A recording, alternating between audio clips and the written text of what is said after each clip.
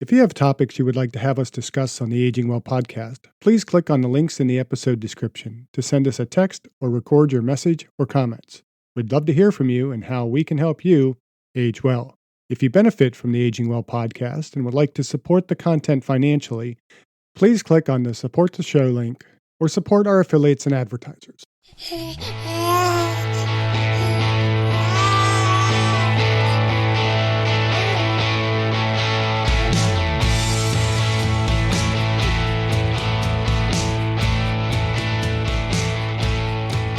Welcome to the Aging Well podcast. I'm Jeff Armstrong here with Corbin Bruton. In this and the episodes that follow, we will share candid discussions on aging and hear from the experts. We are here to inform and encourage as we experience, aging. Oils are a vital part of our diet and can have a significant impact on our health as we age. In this episode, we discuss a variety of oils and their benefits, including olive oil, avocado oil, flaxseed oil, walnut oil, coconut oil, and sesame oil, and provide practical tips on incorporating these healthy oils into your diet for aging well. Let's talk about oils. Oils are a vital part of our diet and have a significant impact on our health as we age. And I thought we could discuss the health benefits of various oils and how they can contribute to aging well. Let's get started. To kick things off, let's talk about what makes an oil healthy. Dr. Armstrong, can you give us a rundown? Absolutely. Healthy oils are typically rich in unsaturated fats, including monounsaturated and polyunsaturated fats. These fats are beneficial for heart health, cholesterol levels, and reducing inflammation. They also contain essential fatty acids and antioxidants that support overall health. There is also some evidence that higher olive oil intake is associated with a lower risk of dementia-related mortality. That's a great overview. Now, let's explore some of the most recommended healthy oils, starting with olive oil. Olive oil is often hailed as one of the healthiest oils. It's rich in monounsaturated fats and antioxidants, particularly extra virgin olive oil. Studies have shown that olive oil can reduce inflammation and lower the risk of heart disease. Olive oil is also a key component of the Mediterranean diet, which has been linked to lower risk of Alzheimer's and other dementias. The polyphenols in olive oil have a protective effect on the brain. It's pretty versatile too. It's great for cooking or used as salad dressing. Just make sure you choose extra virgin olive oil to get the most benefits. You mentioned a recent study. Was that the Tessier and other studies in JAMA Network Open? Yes, the study is titled Consumption of Olive Oil and Diet Quality and Risk of Dementia-Related Death. We'll include a link in the episode description. The researchers asked the question, is the long-term consumption of olive oil associated with dementia-related death risk? And is it? Well, the results suggest that olive oil intake represents a potential risk strategy for reducing dementia and mortality risk. But olive oil is a key part of the Mediterranean diet. Now, we've discussed the benefits of the Mediterranean diet in a few episodes. Could it be the overall diet that is affecting dementia-related mortality? That is always a possibility, but the researchers controlled for diet quality, including adherence to Mediterranean diet. What did the researchers find? Well, they found that consuming at least 7 grams per day of olive oil was associated with a 28% lower risk of dementia-related death. 7 grams. How much is that? Is that about half a tablespoon? Yeah, it's about a half tablespoon. And that really isn't a lot. And the researchers also suggest that replacing 5 grams or about a teaspoon of margarine and mayonnaise with an equivalent amount of olive oil was associated with a 8 to 14% lower risk of dementia mortality. And substitution for other vegetable oils or butters were not significant. So healthy oils are beneficial for brain health as well as heart health. It might appear so. Now, it's important to emphasize that these data suggest associations, not cause and effect.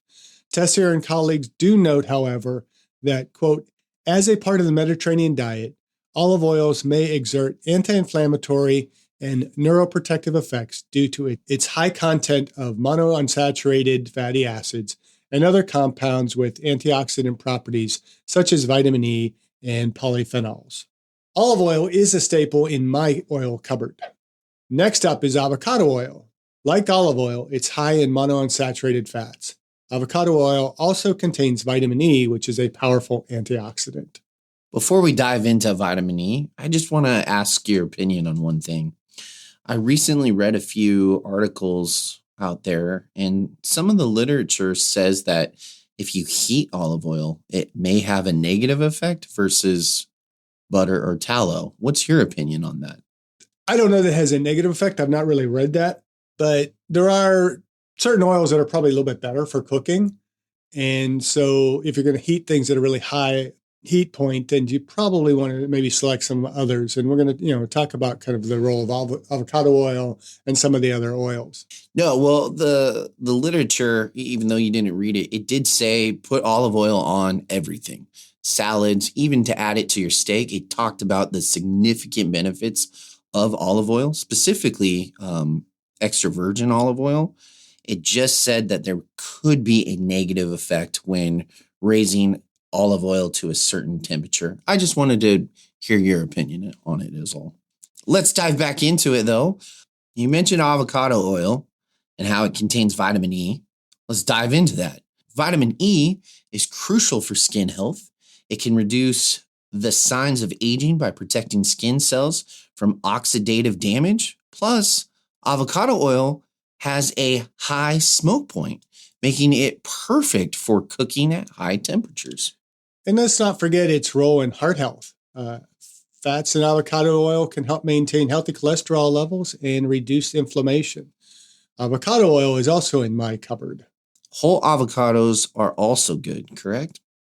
Yeah, I mean, because you're getting the fat in it, but you're also getting, any fiber that might be contained within it. And I think anytime we're eating foods in their more natural state, we're getting better benefits than if we have, kind of pressed out and squeezed out just certain components of it. I happen to like guacamole quite a bit. Oh, I love guacamole. I make the best guacamole. I add extra lime to it. I just feel like if you don't add enough lime, what's the point?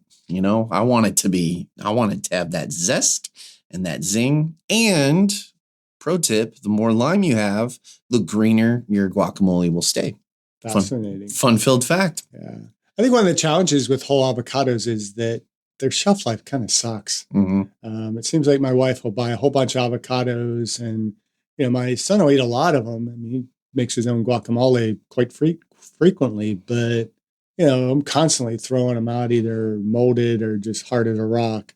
And so I probably prefer to get my avocado oil more from avocado oil itself, from the bottled oil as opposed to eating whole avocados. I don't know.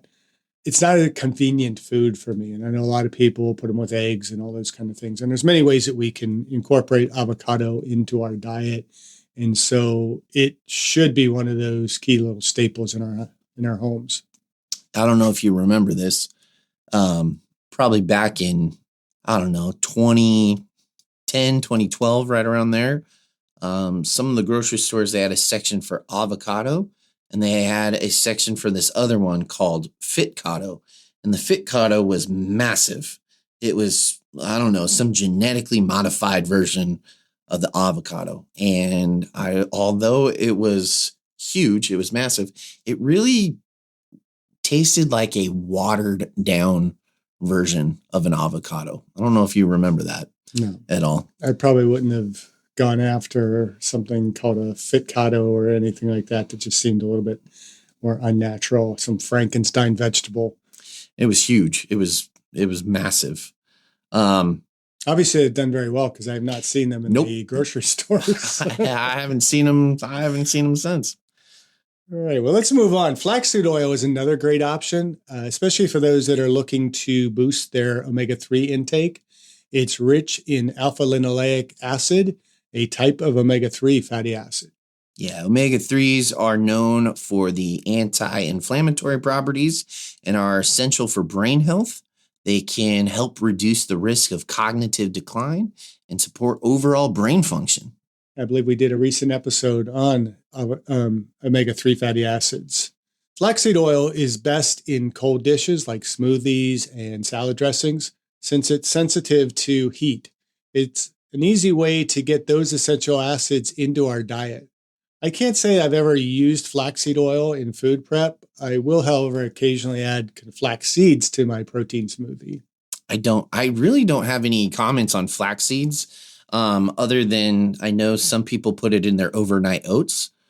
And I guess that's really healthy, but flax seeds, I don't know. It's not a common staple in my overall diet. It's not something I go to the grocery store and add to my list. And I'm like, hey, you know what we're low on? Flax seeds. Yeah. And the same thing. I mean, there's other oils that I would use in salad dressings, and as well with any smoothies if I'm going to add oil to them. So, all right. What about walnut oil? They say that walnut oil is another excellent source of omega-3 fatty acids. It's also rich in antioxidants that protect against cellular damage and support heart health. Yeah, walnut oil, it has a unique nutty flavor, which can add delicious twist to our dishes. Kind of like flaxseed oil, though, it's best used in cold applications to preserve its nutrients. And with its anti-inflammatory properties, walnut oil can keep your brain sharp as you age.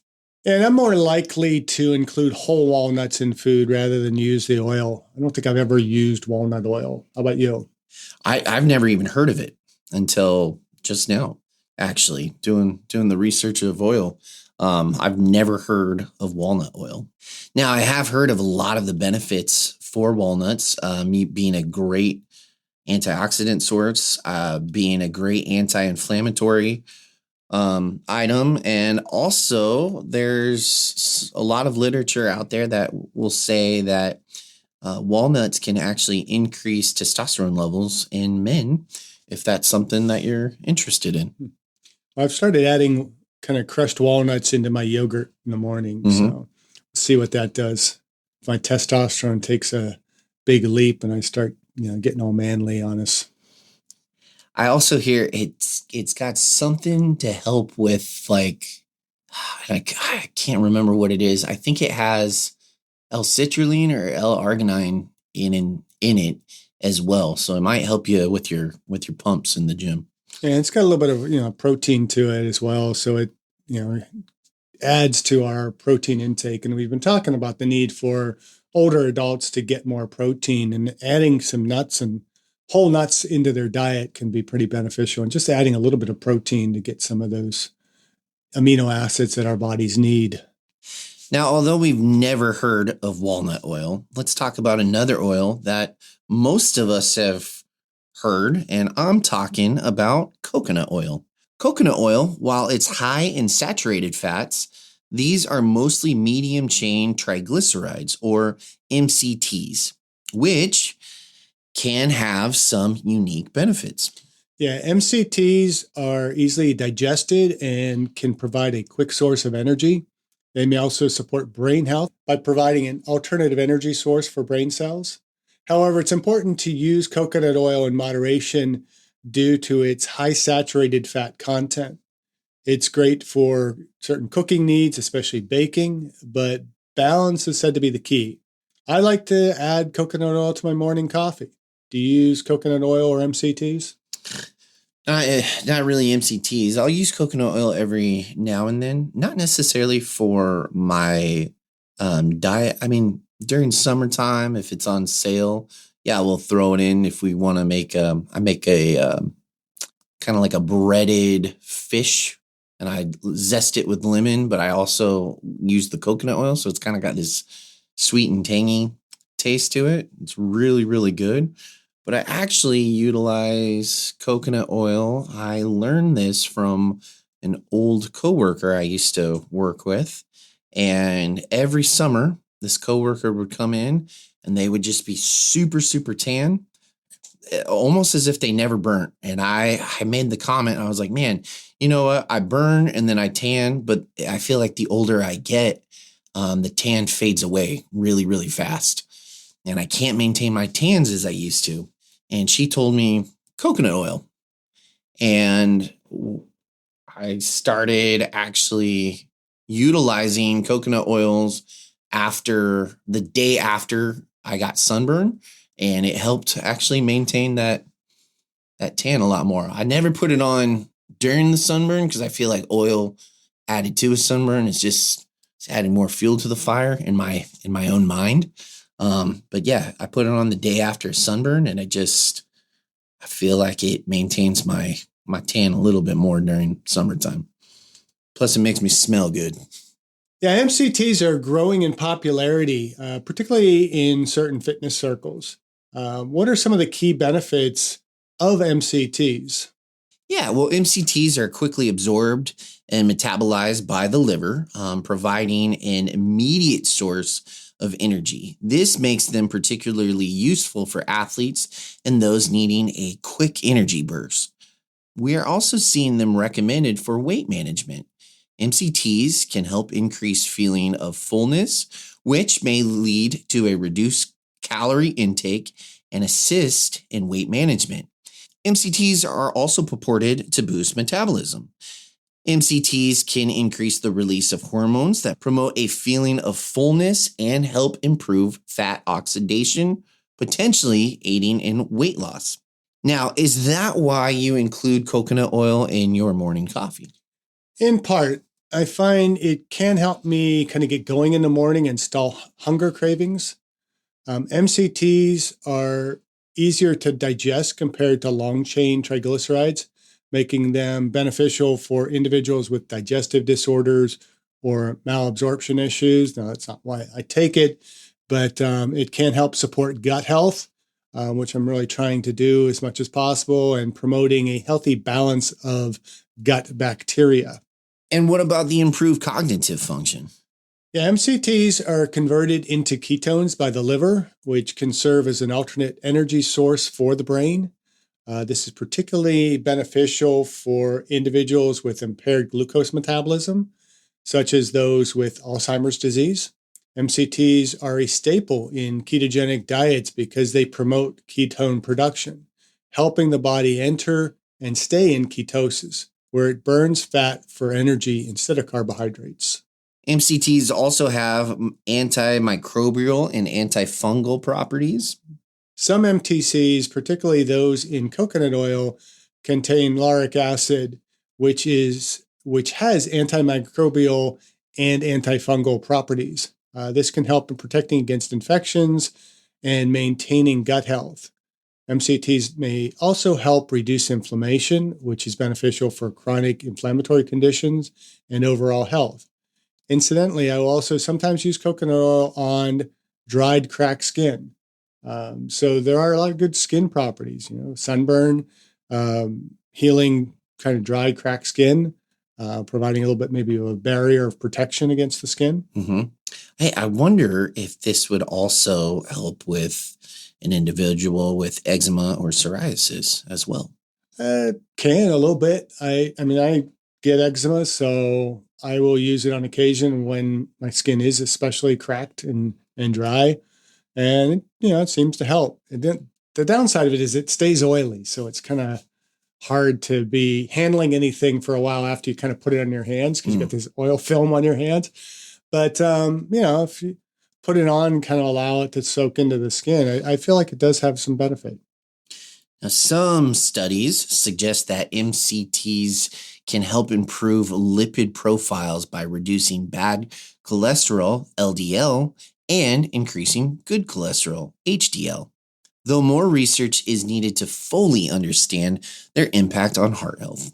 Okay, so on to sesame oil. Now, sesame oil is another versatile oil with some excellent health benefits. It contains both monounsaturated and polyunsaturated fats, along with antioxidants like vitamin E and lignin.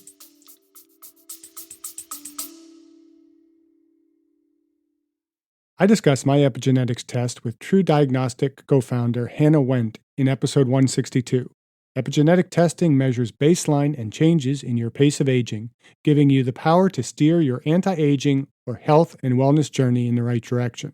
I learned that I am aging well.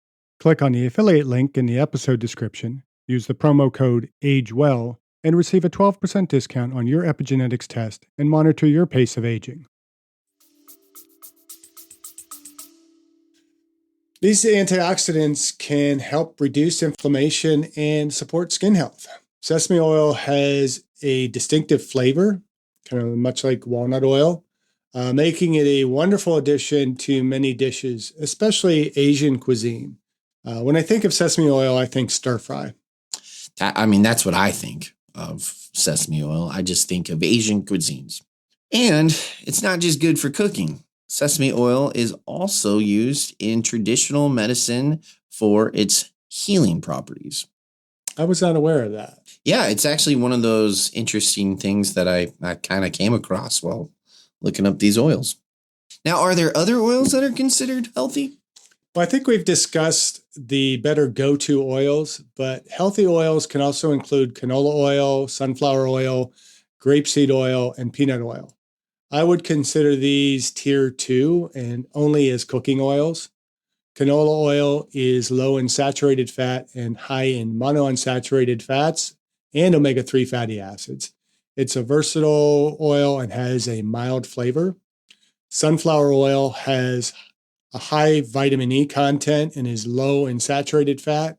It also has a high smoke point, making it suitable for frying and baking.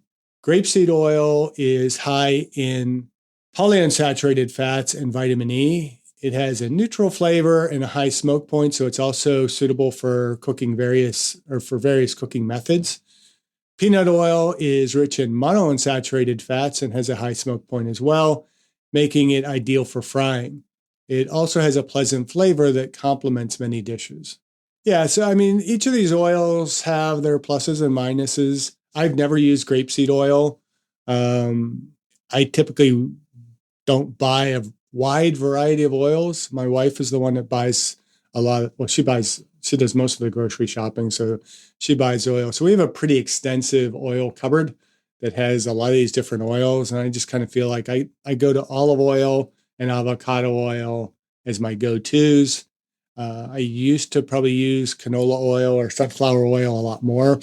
They're cheaper, and so that may be a consideration, particularly for cooking. You might not want to necessarily invest a lot of your avocado oil, which can be a little bit pricier, in frying certain foods. But again, then we can get into the whole issue of frying foods. We've purchased an air fryer now and have kind of cut down on some of the oils used in frying. But there are certain foods that you need to use oil to cook them. That's the only way to do it. I had made some salmon cakes the other day and had to put those in oil. And I believe I cooked them in avocado oil. There are a few other types of oils, and I think it really kind of depends on the budgets of the individuals, personal preferences, and really more, what are we using the oils for? We got to recognize that not all oils are intended to be cooked at high heats. Not all of them are going to have the best flavoring for salad dressings and for cold foods.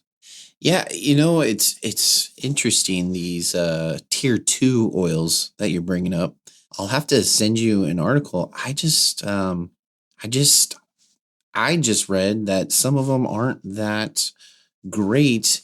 Now, the tier 1 that we're talking about, the avocado oil, the olive oil, especially that extra virgin, top tier. I actually utilize those personally in my diet all the time. As much as I cook, I actually recently started adding butter. I hadn't used butter for many years in my cooking. Within the last couple months, I started adding that just because, I don't know, some of the literature out there says just a little tiny bit of butter is beneficial. But I don't know. I do like that we have a variety of options for people to choose from, especially those that are on a budget, because a lot of these, like canola oil, is significantly more affordable than, say, the extra virgin olive oil that a lot of stores carry. And you mentioned butter. I mean, there's a place for butter. I think we'd consider butter over margarine. Totally. Margarine was just one of those things that kind of came out of World War II when we didn't have access to butter. And so they made this hydrogenated oil compound that they had to add coloring to because it didn't look like butter. And there's just nothing natural about margarine. And we're better off using other oils.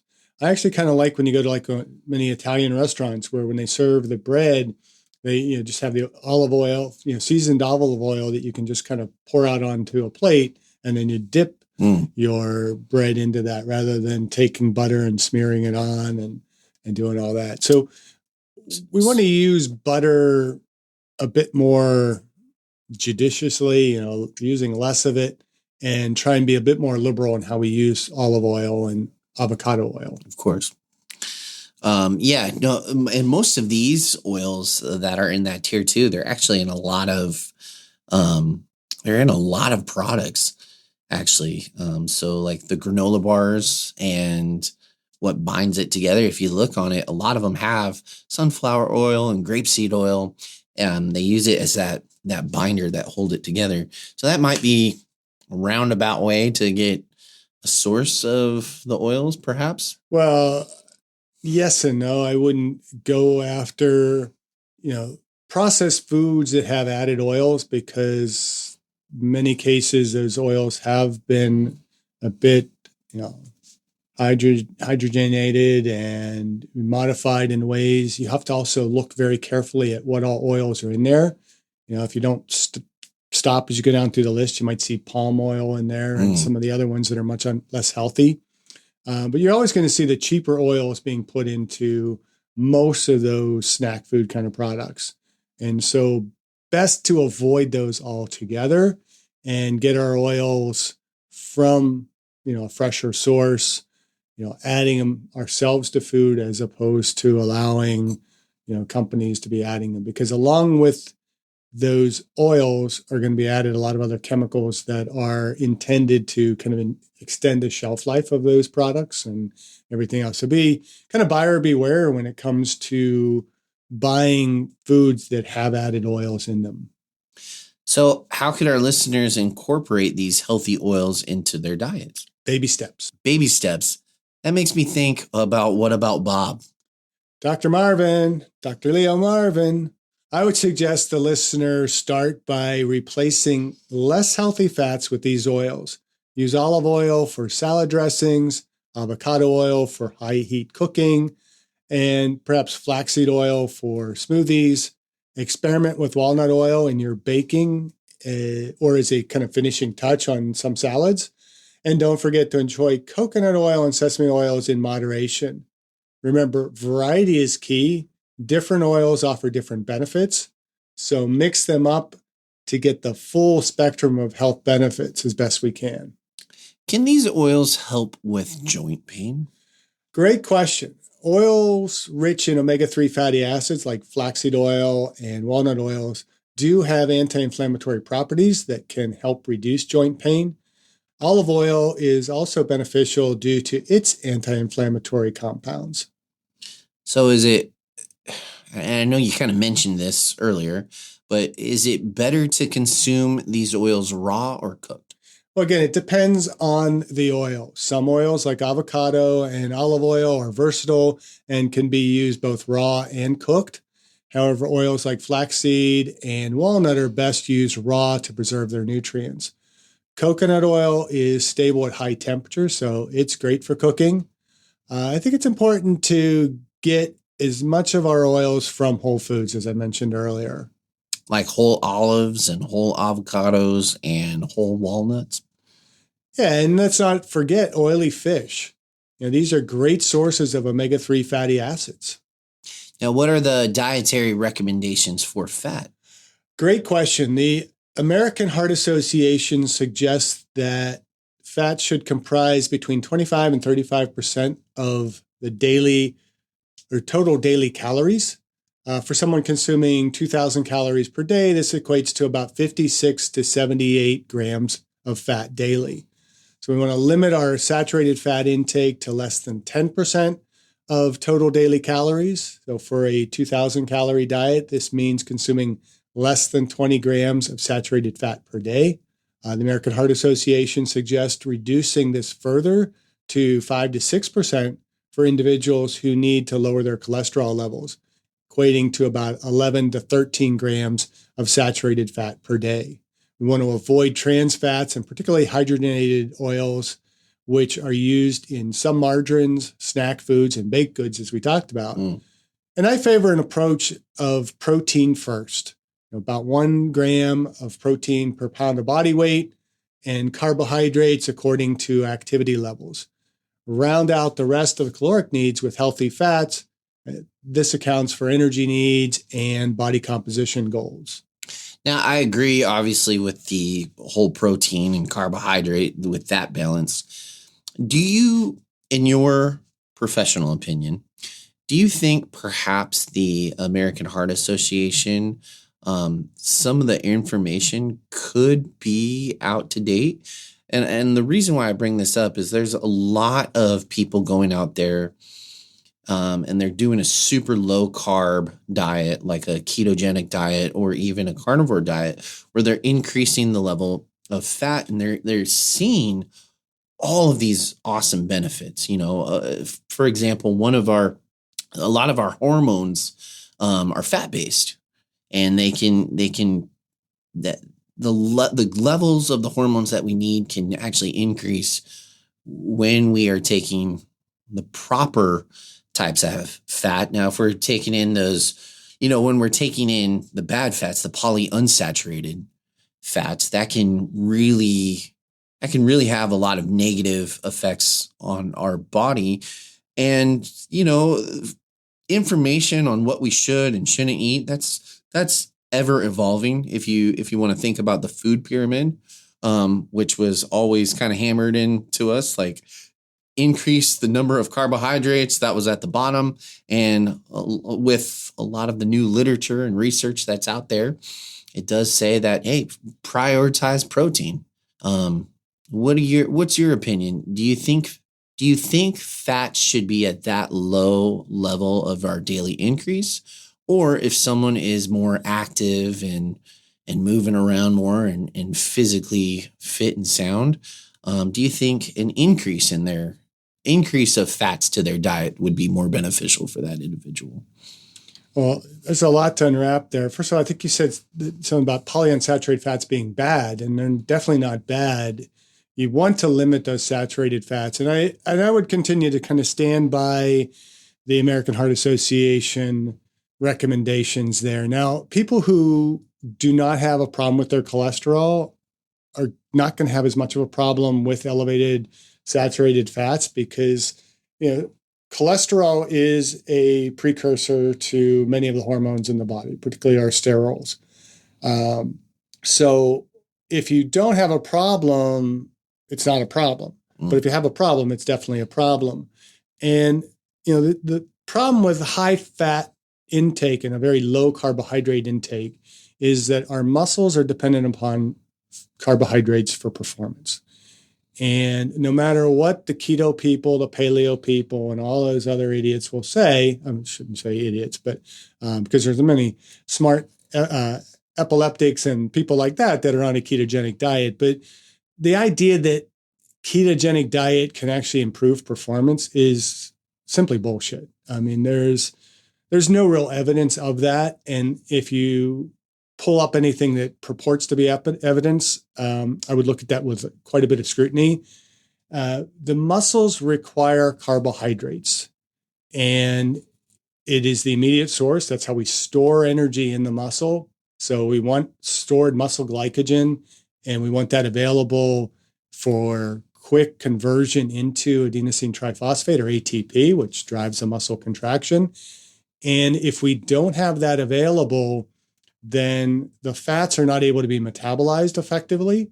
And so the available energy in fat is going to kind of be wasted. It gets converted into ketones. And yes, the brain can use ketones, and other organs like the kidneys and the heart can use ketones for energy. But in order for the muscle to use a ketone for energy, it's got to convert it back into acetyl-CoA and go back through the TCA cycle. And so you're basically just kind of disrupting the normal metabolism by eating a very, very low fat diet, or very high fat diet rather. And so there are benefits to higher fat. It's going to give you greater satiety in your diet. So if you're eating more fat, you're going to have a greater sense of fullness. But again, we miss out on all the benefits of the carbohydrates that are available. We have less fiber in our diet. And so while it can have great benefit for losing body fat because we are consuming more calories than our body is actually going to be able to use, and so calories get wasted, it's not going to be as effective for performance, and we want to be kind of effective in performance. If we're eating a very, very high protein diet, then we're putting more stress on the kidneys. And although there's no real evidence if you have healthy kidneys that a high protein diet is going to be harmful there, but protein is expensive. So if you want to be kind of a little bit more dollar conscious in your spending, buying a lot of meat and protein products is going to boost your food bill up quite a bit, whereas carbohydrates, vegetables, and those types of things are much healthier and are much cheaper and are going to have far better benefits. So in kind of a roundabout answer to your question, I'd say I would not recommend a high protein, high fat diet. I would recommend standing at that kind of standard, about 1 gram of protein per pound of body weight. And that's actually more than enough to build muscle and sustain muscle. So for us who are aging and we're trying to just, avoid any kind of anabolic resistance or, sarcopenia that might come with aging and inactivity, we're going to preserve that muscle. Even if we're less active, we're going to preserve that better with a higher protein diet. We want the carbohydrates in order to give us fiber, to provide fuel for the muscle. And then fats, I always put that as kind of a fill in the rest of the calories because we don't need a lot of fat to get the health benefits that we can get from the fats that we've been talking about. We want to use those fats in order to keep ourselves feeling full and, fight inflammation and those types of things. So it's really a balance. I think we tend to go extremes in our nutrition. And, you get people that, well, if, all these years we've been fed that, high fat, low carbohydrate diet is bad. And, now we're finding out that it's wrong, that, some fats are healthier. So let's go higher in fats and really low in carbs because carbs are bad. Carbs are what's really causing heart disease. It's really that combination of the two. And so I don't know if I answered your question because your question was a little bit roundabout to me, but did I answer it? Yeah, you answered it. I just wanted to know your professional opinion on it. I know there's, our goal is to make sure that the listeners are getting an adequate source of information. And there's a lot of information out there that says, stay away from this and stay away from that. And, it can kind of get a little overwhelming and it can get confusing. And if I have the opportunity to ask an individual who has their, doctorate in exercise physiology and the effects on food, exercise, everything on the body, I'm gonna take advantage on hearing what your opinion is, and hopefully that kind of can weed out a lot of the overwhelming, bombarding sources of information coming in at someone who's starting this journey and starting to make which direction should I go? Well, if you're going to come to the Aging Well podcast, hopefully we can point you in some direction, but always make the right choice for you. Now, and I want to underscore too, you said, my professional opinion. It is an opinion. Correct. I really want to underscore that. I don't like any of the use of the term expert because I don't believe anybody's an expert. I don't think we know everything about everything. And the more somebody promotes himself as an expert, the more I start to think they don't know as much because, typically what they talk about with a PhD is you learn more and more about less and less until you know everything about absolutely nothing. I hope that's not the case with my PhD, but I also, want to be clear. I'm not a dietitian. I'm not an RD. I'm not a nutritionist, but, I understand the physiology. I understand the role of nutrition in our lives, and I read the literature. And I encourage the listener to kind of go back to our episode that we talked about how to read scientific articles, because it's more important to go to the source of that information, get your information from multiple sources, not some blog post or some bro at the gym that's telling you what to do or not to do. Or, somebody says, oh, dude, look at me, man. The ketogenic diet worked for me. I lost 50 pounds. Well, yeah, you will lose weight on the ketogenic diet. And the reason a lot of people don't really notice a dramatic effect on performance is because they're very likely to have been inactive in the first place. And that's why the body fat was so high. It is a quick drop in body fat, but it's not necessarily sustainable, and it's not going to be the most effective for improving performance. And so we want to consider performance above all other things. And so I think a much more balanced approach to carbohydrates and fats is warranted. I think if you're going to look at that, our high carbs should be around our periods of time when we're most active. Higher fats, particularly those healthier fats that we've listed, olive oil, avocado oil, and nuts and those types of things, should be around times when we are less active and we can benefit from their slow absorption into the system. Carbohydrates get into the system very quickly, and those are going to get into the muscle. So we want those to enter into the bloodstream when the muscle is saying, hey, I need energy, and it gets sucked into the muscle instead of kind of floating around saying, hey, well, we got all this glucose circulating in the blood. We're not using it, so let's store it as fat. Well said. Again, speaking of a lot of the information that's out there, and on what foods to eat and what fads to go in and what snacks should someone take in, the information can be overwhelming. And sometimes people can get a little bit confused on, the types of fats that they're taking in. So any practical tips to meet these recommendations?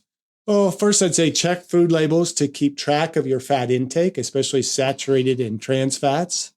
Use oils high in monounsaturated and polyunsaturated fats like olive oil and avocado oil for cooking. Opt for lean meats, poultry without skin, fish, beans, and legumes. Reserving fat intake for healthy fats. Limit processed foods and eat more plant-based foods. Incorporate more fruits and vegetables, whole grains, nuts, and seeds into your diet. And finally, be mindful of portion sizes to avoid consuming excess calories and fats. We start looking at, okay, I'm eating healthy fats, I'm starting to eat more nuts. Those calories can add up pretty significantly, pretty quickly if we're not a little bit more careful. So following these recommendations, I think, can help manage cholesterol levels, reduce the risk of heart disease, and contribute to overall health and well-being. Well, Dr. Armstrong, this has been a really good discussion on fats. I'm hoping that this inspired the listeners to kind of be aware of what fats that they're taking in and that they're taking this all to heart, literally. And I'm hoping that we gave enough positive information on the subject to help someone age well. Age well. Thank you for listening. I hope you benefited from today's podcast. And until next time, keep aging well.